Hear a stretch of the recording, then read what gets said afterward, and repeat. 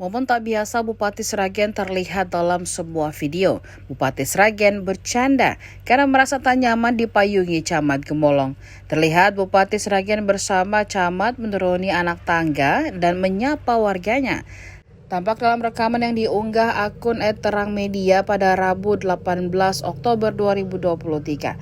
Di dalam video tersebut, Bupati Sragen menabok camat Gemolong karena merasa tak nyaman saat dipayungi. Sesudah menyapa warganya, Bupati Sragen memukul camat Gemolong yang berjalan di sampingnya. Kabarnya, camat Gemolong ini salah satu camat kesayangan Ibu Bupati. Aksinya pun ramai beredar dan menuai beragam respon dari warganet.